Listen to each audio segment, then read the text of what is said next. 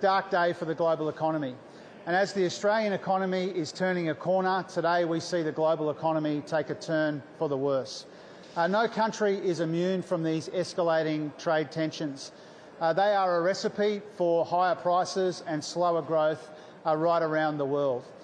These escalating trade tensions, these tariffs announced by the Trump administration in Washington, DC, are self-defeating, they are self-sabotaging. And at a time when there's not a lot of growth in the global economy, this will slow global growth and it will push prices higher as well around the world. This morning I've asked the Treasury Secretary to update the Commonwealth's modelling when it comes to the impact of these tariffs announced by the Trump administration, and when that modelling is available, I will release it publicly. We know that we won't be immune from these tariffs, even though the US is only about 5% of our export market. We know that Australia, like other countries, that we are not uniquely impacted by these tariffs, but we are uniquely placed and we are very well prepared. In these uncertain times, Australia is well prepared, it is well placed to deal with whatever is coming at us from around the world, including these escalating trade tensions. Now, our strategy has a number of parts, as the Prime Minister said this morning. We will engage more, we will make our economy more resilient, and we will make our export offering even more diverse.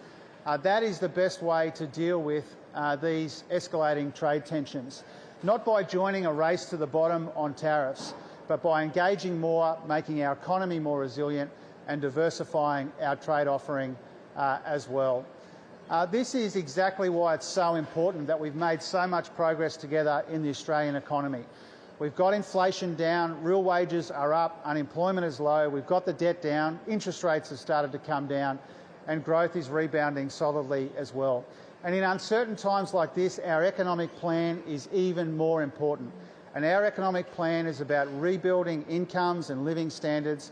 It's about making our economy more resilient, and it's about building Australia's future.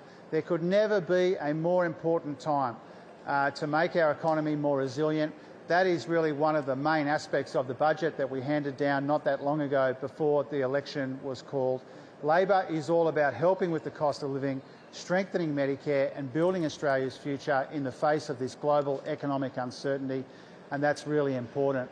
Now, the flip side of that is equally important.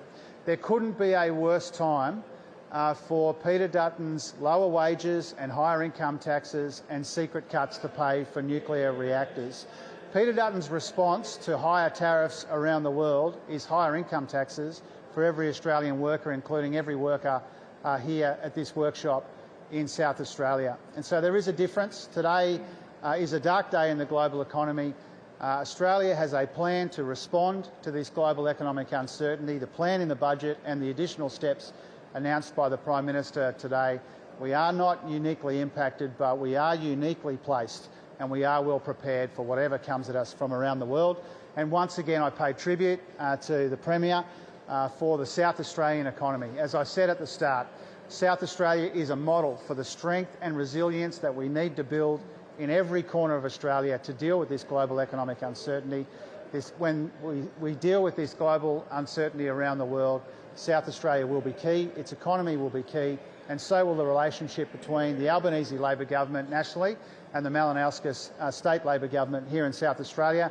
I'll throw you over to Peter and then happy to take some questions.